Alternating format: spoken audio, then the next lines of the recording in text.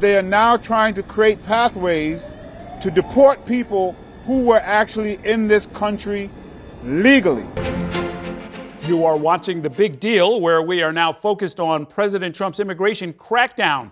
This week, the Department of Homeland Security confirmed that the temporary protected status for Haitians in America will expire 6 months early on August 3rd. That means nearly 500,000 Haitians who were accepted into our country for humanitarian reasons are now on track to be deported back to Haiti, where a state of emergency has been in effect for nearly a year. Temporary protected status was created by Congress in the 1990s as a humanitarian measure that allows people displaced by natural disaster or armed conflict to legally live and work here in the United States. Last month, the Trump administration also moved to end protections for Venezuelans who were granted relief after fleeing a dictatorship and civil war in that country.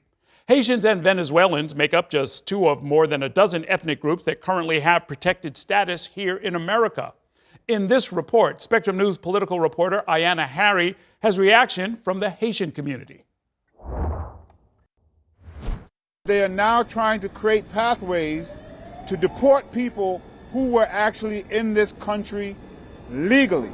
Communities and families on edge, New York lawmakers sounding off. This decision ignores the dire reality in Haiti. More than 500,000 Haitians living in the U.S. may soon be at risk of deportation after the Trump administration announced temporary protected status for Haitian migrants will come to an end in August. People are not even going to restaurants to fear that they could get deported. Jean-Pierre moved to New York after Haiti's devastating 2010 earthquake.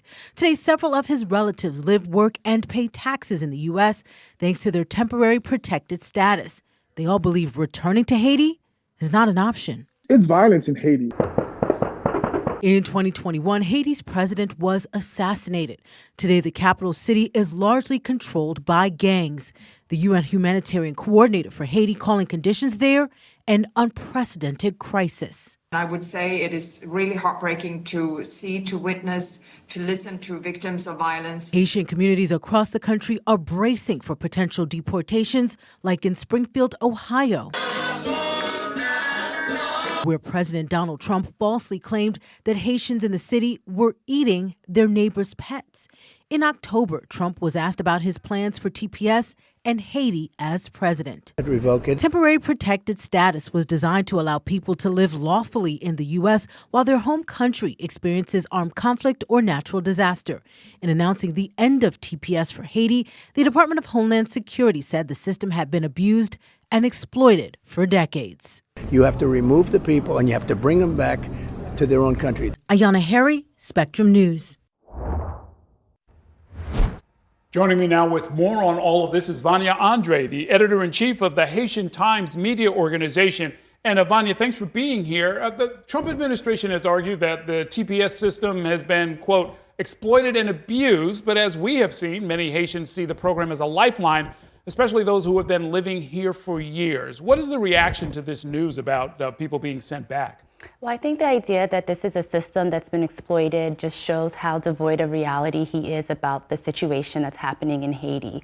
We have a situation here where we have armed gangs that are literally going neighborhood by neighborhood, overtaking the capital, causing a humanitarian crisis, thousands of people fleeing from their homes, and day-to-day life disrupted. And so this idea that there's exploitation happening in terms of people trying to game the system is just completely, it's far-fetched and so far from the truth. In a related way, the prelude to a lot of this deportation order was a tall tale that we heard on the campaign trail, where Haitian migrants in Springfield, Ohio, were falsely accused of eating people's pets. In fact, Donald Trump famously said this during a presidential debate. Let's take a look at that. In Springfield, they're eating the dogs, the people that came in. They're eating the cats. They're eating the pets of the people that live there. And this is what's happening in our country, and it's a shame. So, I mean, as a quick fact check, what is the truth of that, and how did it set the stage for the current deportation order? I mean, it was absolutely like a debunked rumor. The person who inadvertently caused this rumor came out and said that there was no truth to it. But what you really see happening here is something that Haitians and Black immigrants are very used to in this country, and that's being scapegoated during a time of election to try to explain why certain populations of certain demographics of the population isn't thriving the way that they want to. They want to put blame on someone else. On the other side, we have bigger problems to really think about. The main harm that it caused was causing fear and insecurity for folks that were in Ohio. But writ large, the community knows that there are battles to face here in America, but then also back home. We should note that President Trump actually attempted to end TPS, temporary protected status designation, for several countries, including Haiti, during his first term in office. But it was on hold as a court battle played out. Is that likely to happen again? Absolutely. The main concern, though, is that unlike the first term, where we had some confidence in the courts, we see a court system here that is heavily influenced by conservative and Republican ideologies. And so the success that we saw with these legal challenges in the first term, we're not 100% sure how that will play out this term. But what we do know is that it's increasingly important for advocates to speak up and to be able to highlight to folks here in America that the situation in Haiti is not much different. If anything, it's worse than when TPS was initially granted in the wake of the earthquake in 2010. Well, yeah, and in fact, I mean, I see here, according to the United Nations, more than 5,600 people were killed in Haiti last year. That's more than 107 people every single week. More than 1 million Haitians are homeless due to the gang violence that you were talking about. What can deportees expect to face if they are, in fact, sent back there?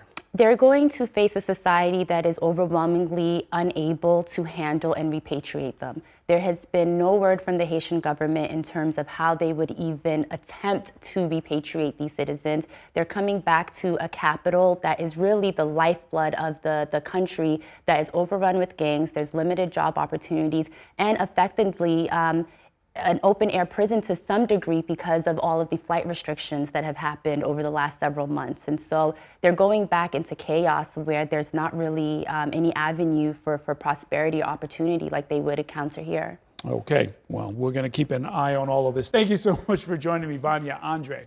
Thank you for watching our YouTube channel. Let Spectrum News be your resource for balanced, in-depth political coverage, and click the subscribe button right here. You can also download our app or watch us on TV to learn more about the candidates, where they stand on the issues, and more. We'll see you then.